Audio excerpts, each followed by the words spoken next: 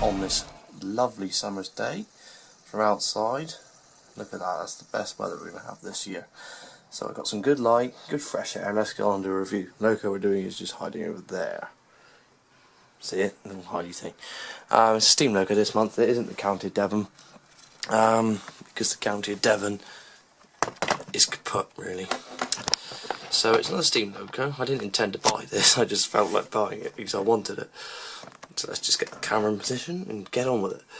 So, Bachmann steam locomotive. We know their locos are good detail, that's for certain. And this is a pannier tank, as you can see. There you go. It's the white, ignore it. It's an 8750 class. I think that's a subclass of the 57XX. Excuse me. I'm not sure. It's numbered 8763, and I wanted BR line black, and this was a very hard loco to find because I'm going to renumber it 9600, which is the preserved one. Because I run a heritage railway, so it makes sense. It was $44.99, which isn't bad. I lost an auction on eBay and then found this one on Google at the same price, so I bought it. It was £5 postage, so it's 50 quid altogether, but I'm not fussed. So let's have a look at the loco inside.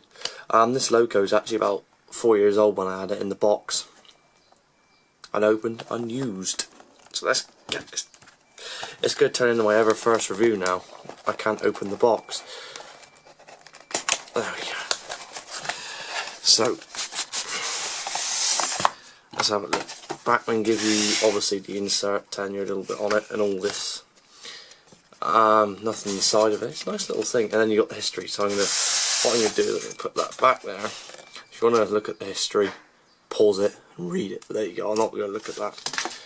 You get your consumer guarantee stuff like that. You get. I haven't actually read this yet.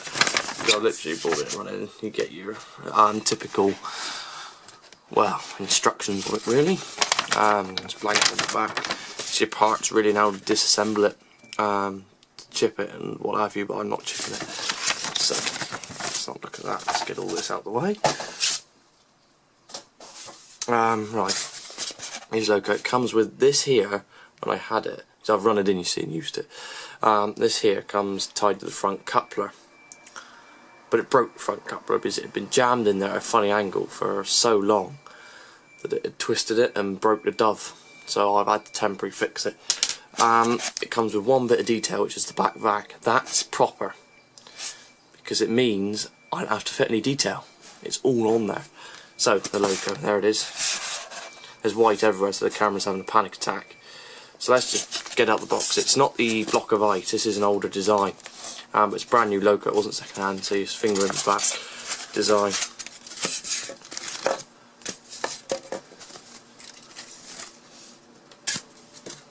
Get all this packing out of the way. One thing you will notice when you take her out is she is mildly heavy. It's not what I would call, for a size, it's heavy. Now, first thing I'll talk about is that coupler. Basically there, you usually have the dove socket, like on the back, but basically at that little bit there, the ribbon thing, which is this, I don't know why they put it in, had twisted it, and there's a dust cart outside, so I'm going to have to pause the video and resume it. Right, you're back in the room again about half an hour later, because I stopped recording to a dust cart, then recorded again, neighbours started hammering wood, had to stop again, and my mum shouted for me, so I had to stop again. So I hope nothing gets in the way of this one, so if you're watching this one, it's probably the last attempt.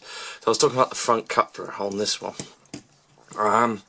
Basically, the ribbon strand had pulled that fine piece of plastic and just ripped it and snapped it to the point where it was coming off. Now, I'm not a fan of these dovetail NEM socket things.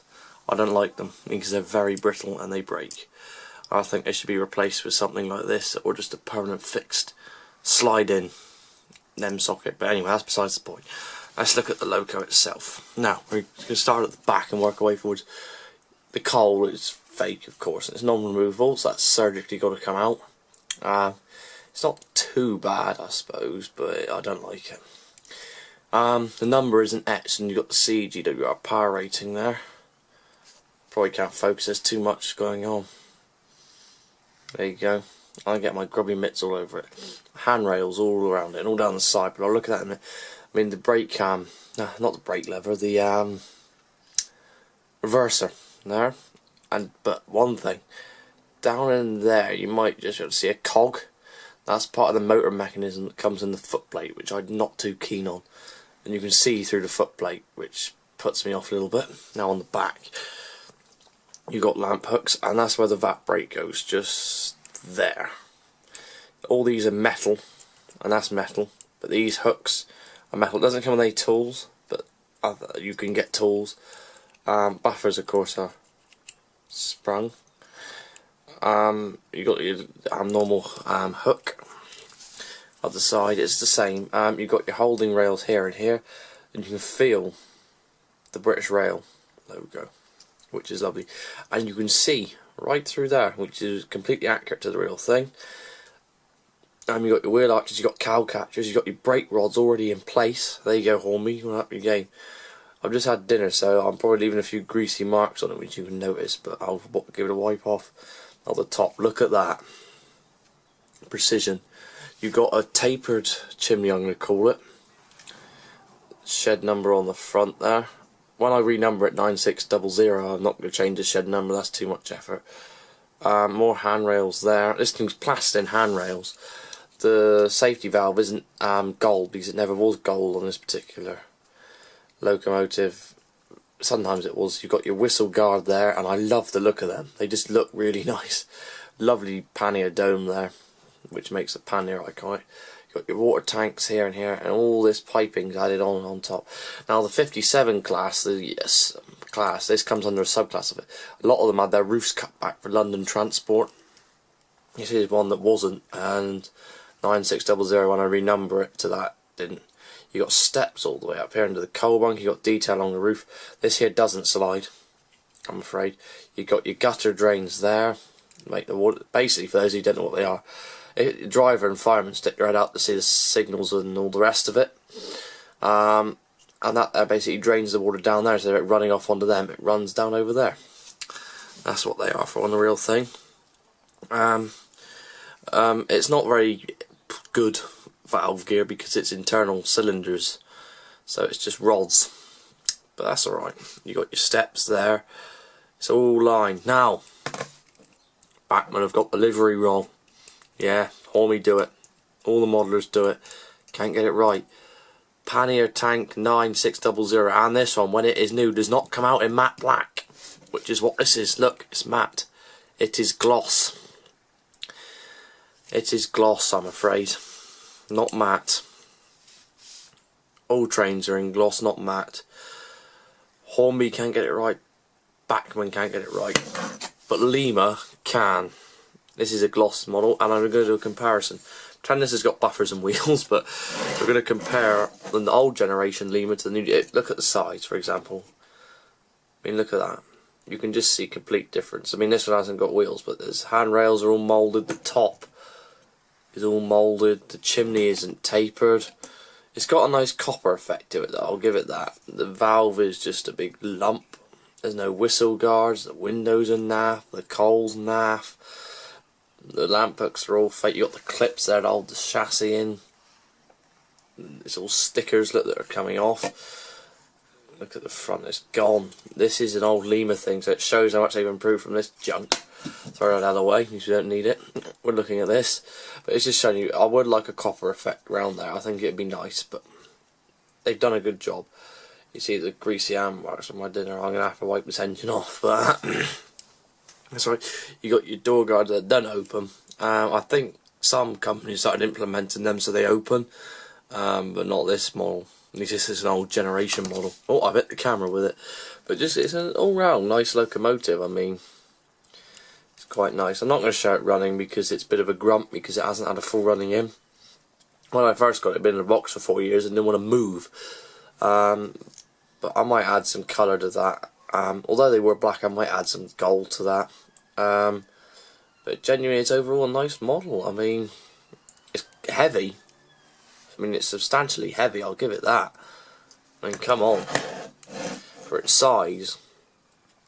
These coach loads, it'll do about 4 coaches, 5 with wheel slip, 6 with extreme wheel slip that looks stupid and unrealistic.